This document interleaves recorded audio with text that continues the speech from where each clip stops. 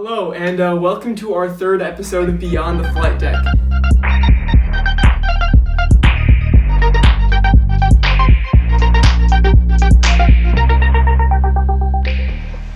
Growing up in South Africa, Deon Mitton developed an interest in aviation that led him to pursue seaplane flying in several regions in Alaska, the Caribbean, and more. Beginning as a hobby, his photography endeavors have since been professionally recognized. It's truly a pleasure to have him joining us today. If any questions pop into your mind during this interview, you can always type your questions into the comments and we will respond. So, Deon, how are you doing today? Doing very well. Thank you so much for having me. It's a pleasure to be with you guys. Yeah, thank you so much for joining us. We really appreciate it. I guess we'll just start out with a pretty standard question for a pilot. What is your favorite airplane to fly and why? Yeah, that is a fun question, and then it's an interesting one. I've certainly touched a few controls of different types. I would narrow it down to, obviously it's got to be something on floats.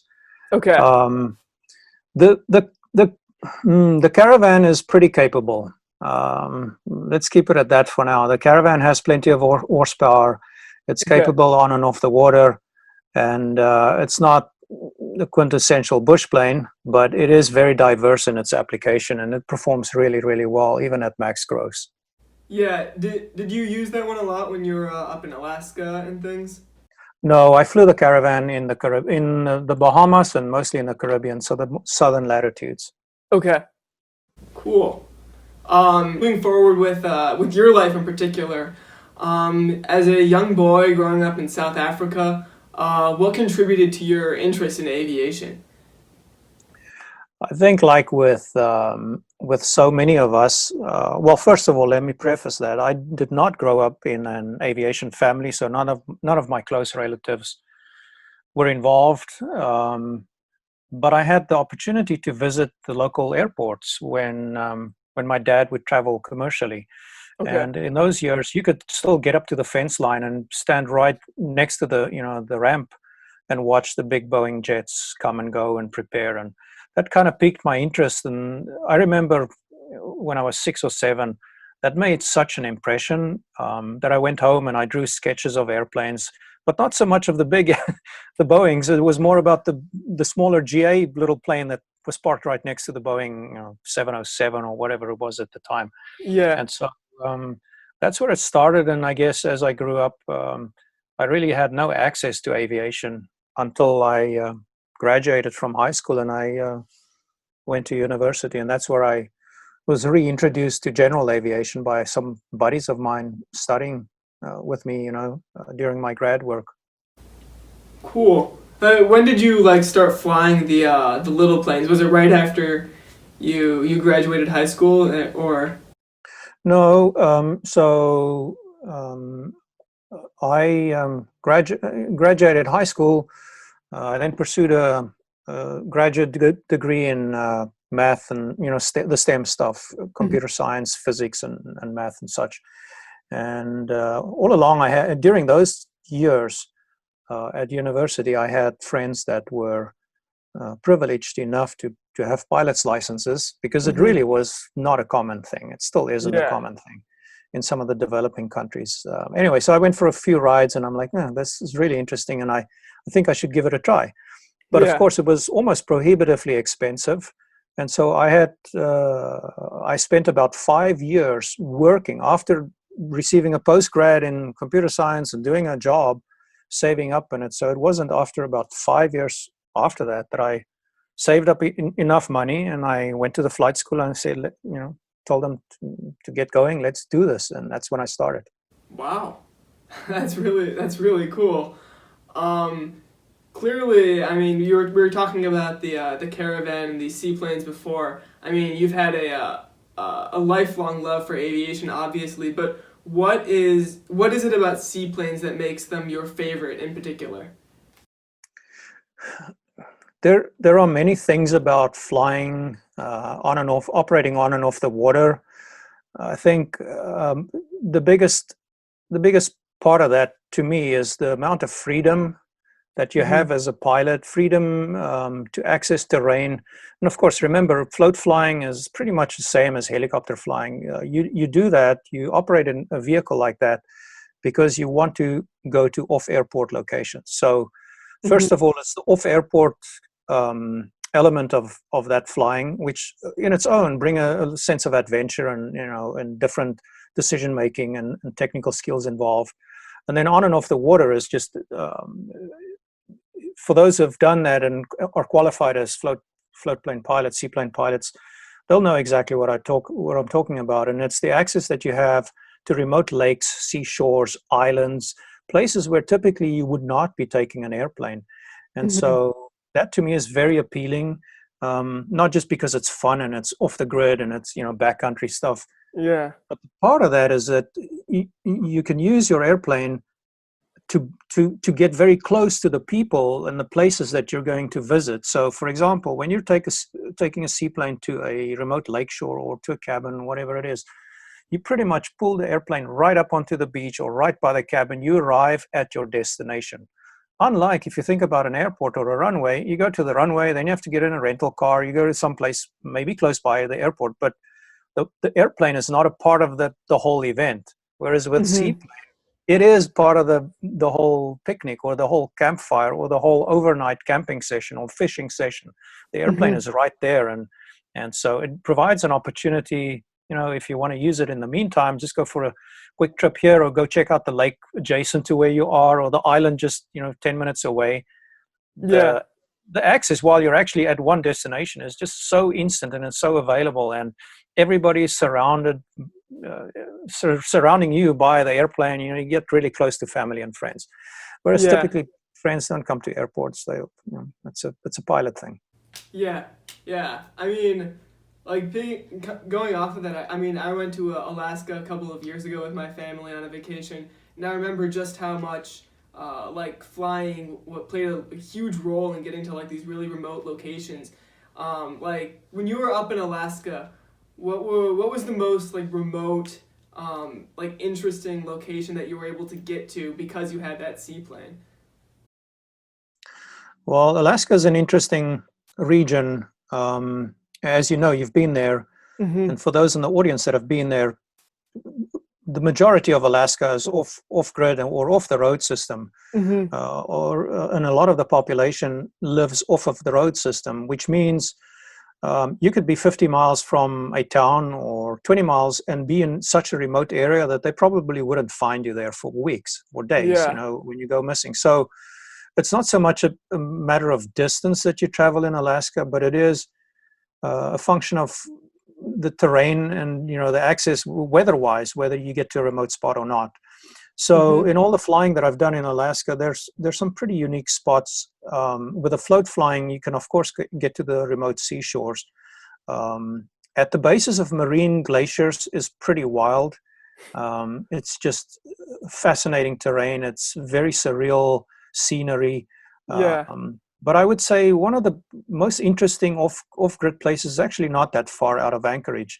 And Mm-hmm. if you hop over the Chugach Mountains, if you fly in kind of a northeasterly direction towards the Knik Glacier, at the foot of the Columbia Glacier, you're going to find the inner Lake George, which is at the base of the Knik Glacier and the other glacier, and it's filled with floating icebergs or pieces of broken off ice, and so that's just a very, very interesting location. It's a glacial lake. It's glacial fed. Yeah. It's surrounded by mountains, and it's very, very scenic. So that's a pretty unique spot to take a float plane into. Yeah. Yeah, I'll bet. So your flying experience obviously is really impressive, considering you've flown in a variety of different countries and even continents, from the African bush to Alaska.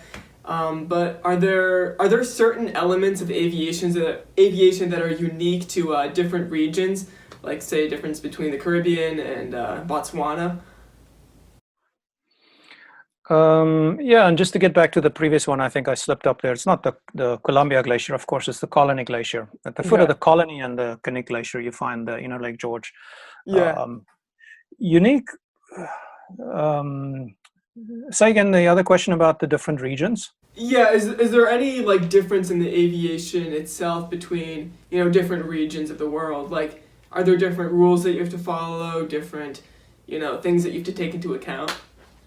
Yeah, very much so. Yeah. So remember, if you look at the aviation jurisdictions and how it's managed across the globe by Mm-hmm. region or by state or by country, um, there's the um, there's the ICAO rules, there's the FAA rules, there's the EASA rules, designed to work in several regions, in different regions of the world.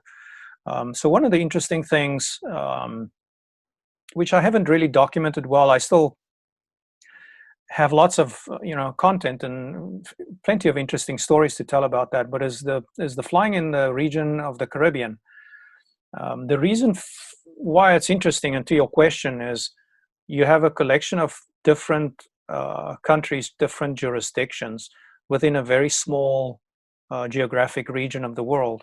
Mm-hmm. So when you're hopping from island to island, you find yourself going from one country to another. Of course, these are international. You're crossing Yeah. international boundaries, and so you might flip flop between ICAO and FAA rules from a piloting perspective.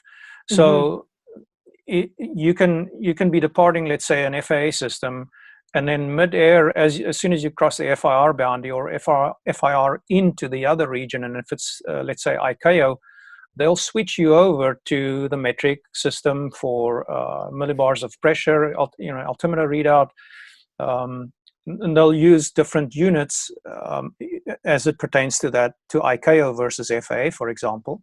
Mm-hmm. There's different um, acronyms that are used. For example, for METAR information, you get terms in ICAO such as CAV-OK and no SIG for no Okay. significant change. For visibility, it's 10 statute miles in FAA, it's kilometers in ICAO. It's QNH and QFE is the barometer pressure reading. Okay. You get the concept of transition level, transition altitude. So yeah, that's a very interesting region to fly from a piloting perspective, because Yeah. you have to be ready to switch back and forth between those units of measure and the terminology sometimes used with ATC. Have you ever had any problems over there with confusion between like trying to get used to the different systems or? No, no, not really, because Okay. I did a little bit of flying in ICAO, so I'm fairly familiar with that system. The airspace definitions aren't really that much different, Okay. and the ATC terminology is if you've done it a few times, I mean, you get up to speed with it fairly quickly. So Okay. going from um, altimeter is 2995, then you switch frequency, and the next thing you know, QNH is 3012 Mm-hmm. or sorry 1015. So it's different units of measure as well as different terminology. Yeah. um, no, but what the interesting thing for altimeter settings is you have to be ready to make that switch. So if your equipment in the panel is not capable of converting the units of measure, or have a dial, a readout, or a calibration setting where you can set both metric and inches of mercury, then you'd Mm-hmm. have to use a lookup table. So you have to be prepared, knowing that you're going to be switching between two different measurement systems. But it does Yeah. get confusing sometimes, and I do hear a lot of um, the pilots in the airspace sometimes will get tripped up by some of the terminology, and I think that's a time where you just go a little bit slower and ask for clarifications. And I've heard even commercial, even jetliners, commercial aviation, have to ask for clarification, especially in and outbound to the US and to the European Union. Now these guys come out of Mm-hmm. EASA or FAA, and then all of a sudden they fly ICAO, and or get to an island that's ICAO. And so the other kind of confusing thing in some of those regions, especially the Caribbean, is it's mostly a non-radared environment. So Okay. imagine, being on with what's kind of termed the approach controller, without any radar guidance, or on their side, no radar visibility of the Mm-hmm. airplanes in their airspace. So they're very, very cautious um, of proximity and making sure that there's separation, ample separation. So they'll the ATC controllers would be very, very specific in altitude assignments and bearings and distances from nav aids, for example, to try and figure out where you are. Mm-hmm. So the interesting thing that you'll get there is, because they don't see you on radar, they'll instruct you, let's say, to report a position on a certain radial and a certain distance from a nav aid. Now, you don't really get to do that in the FAA system in the US. I mean, Mm-hmm. hardly ever you get to be reporting. So now you're flying along, tracking along your track, and you have to constantly keep in mind that your next reporting point is 30 miles on the 215 radial off of a VOR. Mm-hmm. And so you got to be very aware and make sure you look at your nearest nav aids page if you have a moving map display and such. But it Mm-hmm. can get tricky if if your panel doesn't have electronic equipment and GPS enabled equipment that can easily give you those readouts. It can get quite busy. But then again, the air traffic spacing in those regions is not that dense, so it's pretty easy. Yeah. Yeah. Going on Kind of to- that. I mean, obviously, with so much different, obviously, there's a huge amount of difference between different regions and things like that. And you've encountered a ton of different people, I'm sure, doing your travels around the world. And from your experience, are there any major differences that you can see between pilot training in different countries, regions, systems? Yes and no. The I trained initially under the ICAO system, and then I retrained under the FAA system. So, despite having pilot privileges under ICAO, my residence is in the US, and so I redid all my FAA training, and I have a first-hand experience of comparing the training up to commercial an instrument between the two systems. The FAA system is slightly different than the ICAO system in terms of its training, its awareness, its decision making, its focus on decision making, with and the evaluation criteria as well. But the interesting thing, and this is again dates me a little bit, but in my initial training, I was tested for spin recovery. Full spin, incipient spin recovery, engine failure after takeoff, simulated engine failure after takeoff. Those real life scenarios were actually evaluated during the check ride, even for private pilot. And so under the FAA system, you don't get to do spin recovery, I think, until CFI. Okay. And the FAA system is much more focused on avoiding potential situations and keeping within the safe envelope of flying the aircraft. Whereas I would say some of the other systems perhaps allow you to build experience in those scenarios and be able to demonstrate the recovery. Now, whether it's good or bad, I don't know. There's obviously a debate around that, but those are some of the differences in terms of pilots. Flying with pilots, working with people, and kind of observing how they fly.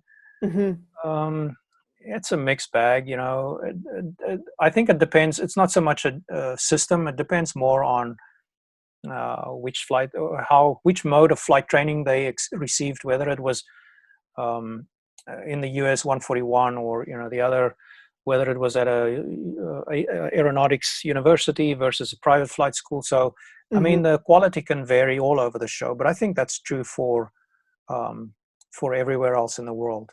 Yeah.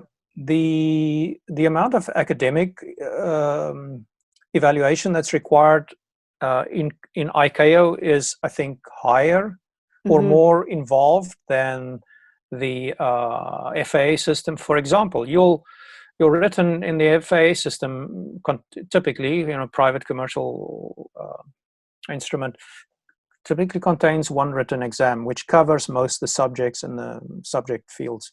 Okay. And it's a fairly condensed process to get your written evaluation behind. Yeah. The ICAO systems have it spread out, and they've got very involved examinations on the the weather and the air law and the air traffic systems, navigation, all those separate subjects. For the most part, you can think of it as separate tests. So you have to go through a handful of tests just for your PPL, and similar for commercial and such. So the evaluation criteria certainly differs across these systems. And then the whole sentiment of trying to teach avoidance of a situation versus recovery in the non-FAA systems. But of course, safety is obviously paramount. And so even in ICAO systems now, I don't believe spin recovery is definitely not required at the private level. Okay. Because it's based on safety statistics and such. So it did change over the years, but the FAA system definitely is more about creating and maintaining awareness and be a safe pilot and practice on the safe side of the envelope. Stay out of trouble. Yeah. Next, kind of pivoting here a little bit, but for those out here listening who are just beginning their journeys in aviation, what do you have to recommend about the path that you've taken so far, things that you've done, and what would you recommend to people who are just starting out? So I do get asked this question quite a bit. And I think over the years, I've kind of refined my response to the following. In the US, under the FAA systems, there are so many options, from location-based, options in your in your close proximity, whether it's a flight school, whether it's a 141 flight school, whether it's this or that or the other, and different instructors. You can go to a university, you can go to a fast track. Here's the thing I'll say about the decision-making, which will drive your decision around which school you choose and how you manage your progress throughout the training, is the thing that creates the most setback, and that's eventually the most expensive in terms of flight training, in my opinion, is when you have to spend too much time or waste time acquiring a certain skill or making a certain milestone. And that typically happens when you're either having too much time in between lessons, when you're not learning effectively. Now, learning effectively, obviously, there's a lot of science around it. But in terms of the flight training, my response to that is, you can learn and acquire new skills at a certain rate. Figure out what that rate is for you personally. It may differ between people, but it's very close to more or less the same. You want to make the learning process efficient, because time wasted means money wasted. Meaning, let's say you have to take a lesson and you have to redo it because you didn't quite get the steep turns, or you didn't quite nail the landings, or then you have to go up again, and time in the airplane is very expensive. That's the thing you want to avoid. So my response, the summary to my response is, plan your flight training very deliberately around which flight school you're picking and which flight instructor you're picking, and make sure that your finances are all figured out and basically saved up front. So you'll never run into the situation where you're out of money and you have to put your flight training on hold. Putting any training like that on hold is going to cost you dearly, and it's going to extend the process. And ultimately, it's not about getting to the goal sooner, but you're going to have to spend more flight hours gaining back and relearning the things that you've just forgotten because you spent some time off. So have the money saved up, and then make a smart choice in terms of the flight school and the instructor. Now, the instructor part is what a lot of people overlook I think sometimes is a very important element. Not all instructors are the same. And by an extension, not all instructors will be the best or the most efficient for how you can learn and how you want to learn. We all learn slightly differently. So personality plays a big role. Cockpit, interaction plays a big role. So when you're setting out to choose a flight school and you've narrowed down 3 or 4 or 5, let's say, instructors, then go have interviews. Go talk to these instructors, talk to them on the ground, ask them very tough questions about what they will do, how they would behave when, let's say, you fall behind. Do they have an affinity for teaching ground and weather, or what's their thing that they like most? Mm-hmm.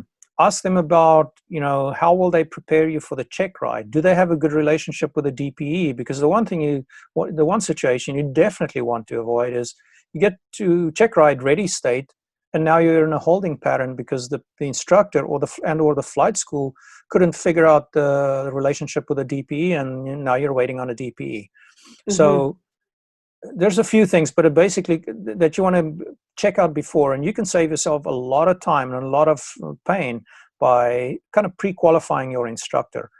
Then you get in the cockpit. So go for an introductory flight. Even let's say you narrowed it down to 3 instructors.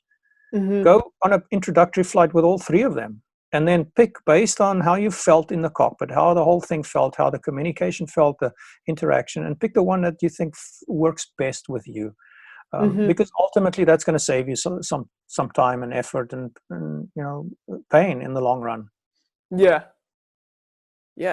And once you get, and so that's true for any of your ratings, whether it's your initial rating or some of the more advanced, and especially during the instrument training, where you're essentially closed eyes and you have to deal with a person in the seat next to you and only get verbal comments and clues.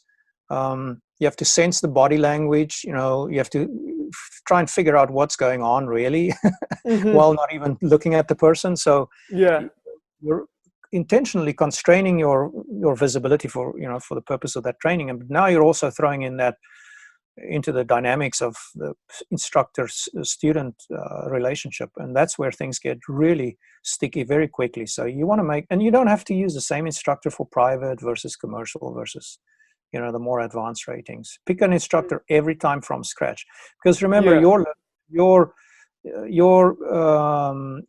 place where you operate from in terms of your learning and your experience so far changes as your journey goes. So you're going to have to reassess these criteria every time you sign up for a new rating.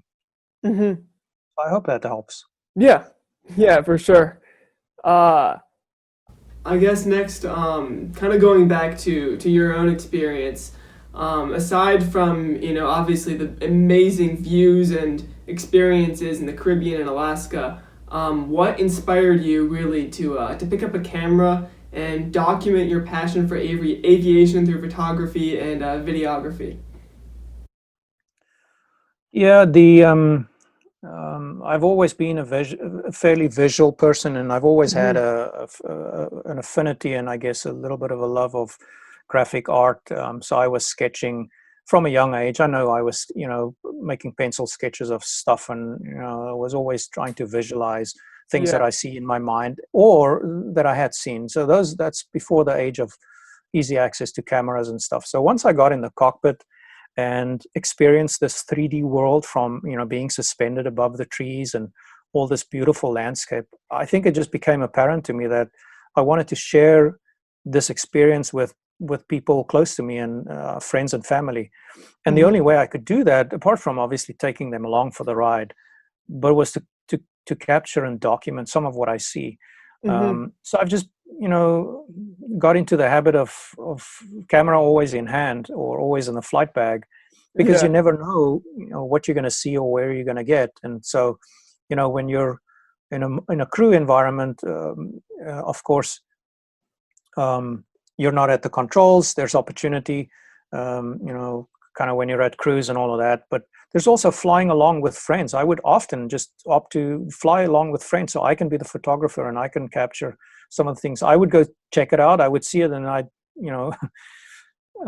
commandeer up a buddy and say, let's go check this out again because I want to do some filming. And then I would go sit in the non-flying seat and just handle the camera. But it's become kind of a creative relief and also a creative passion of mine to, I guess, share that. And in the age of social media, where there's a lot of the interaction that's fairly graphic in terms of sharing images and now moving images even, I've found a way to express myself, express the kind of the beauty and capture the beauty, of course, and then try and express and relay it in a way that people can relate. Mm-hmm.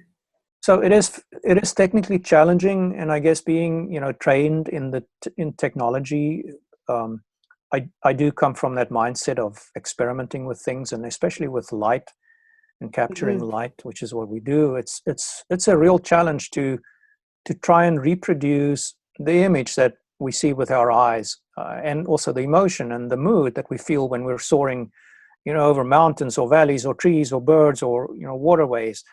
And you can the same two people can take a photo out the same window of the same airplane, and they see different things.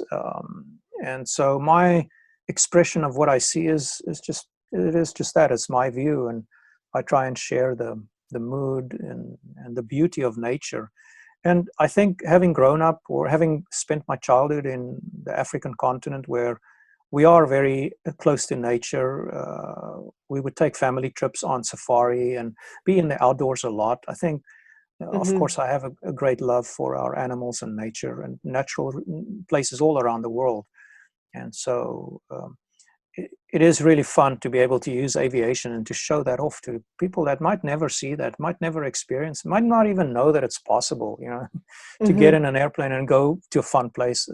But yeah, it's really accessible, and it is fun. So I find reward in the feedback, and a lot of the feedback that I get via social media is, of course, from an aviation oriented audience. Mm-hmm. And so the main driver there is to try and inspire others that are so inclined to take up aviation for whatever reason they want to do that, but just take up aviation. And I think we Yeah. all have an obligation to keep the aviation community and the industry growing, and to Yeah. create more pilots. And if the tiny contribution that I can make is by my videos and still images, and people get motivated perhaps by that, then that's a win. Yeah. One last question here to wrap it up. Throughout your many years of flying, of all the experiences that you've had, what would you say is the most memorable one? I mean, either for a good or bad reason. Yeah, that's quite a interesting question. I would have to say, um, flying in the Arctic during the winter solstice, or close to the winter solstice. So again, now you have me like flying, and me like natural, and geographical regions of the globe that are really still natural, unspoiled natural wilderness areas. So I Mm-hmm. had the opportunity to fly in the Norwegian Arctic during winter solstice not so long ago. And I think that stands out as one of the most memorable experiences for many reasons. Um, the winter solstice, of course, it's it's permanent darkness, but it's not really dark. It's just twilight. So it's Mm-hmm. 24-hour twilight, which first of all is very interesting. Lighting conditions, and as our eyes adapt to those conditions, it's perfectly visible. It just feels like you're flying 30 minutes after sunset or sunrise. Yeah. The colors in the sky and the hues that you observe in those northern latitudes, and I suppose it's the same in the southern latitudes of South America, it's just something different, something really, really special. You won't see that unless you go kind of north of the Arctic or south of the Antarctic. And so I was able to take a flight through some of the mountainous areas and the fjords and the landscapes of Norway with some friends, and with not having any sunlight, it was about, I don't know, about 2 or 3 hour flight in a GA airplane. It was nothing special to the mission. It was just surreal visual, overload, looking out the window and seeing this surreal landscape that's so dimly lit by the twilight, and also realizing that we're north of the Arctic, so we're in a pretty remote region of the world. So I guess other parts of the world that's on my to-do list would be places like Greenland and the Antarctic region, for exactly Mm-hmm. that reason. So it's fascinating geographically to be in those places. Yeah. Wow. That sounds stunning. Well, thank you so much for being here, Deon. We really appreciate it. It was amazing talking to you. I guess to all the listeners out there, don't forget that Deon's social media and website are linked in the description below. Make sure to check him out. He has some really wonderful content that you really all ought to see. In addition to that, it helps us if you like this video and subscribe to our channel so we can reach as many future aviation professionals as we can. On behalf of the entire Beyond the Flight Deck team, thank you so much for listening to our third episode of the podcast, and a special thanks to Deon for his support of our mission. We hope you all stay safe and healthy. We'll continue to upload every other week, so tune in then. Until next time, this is Beyond the Flight Deck.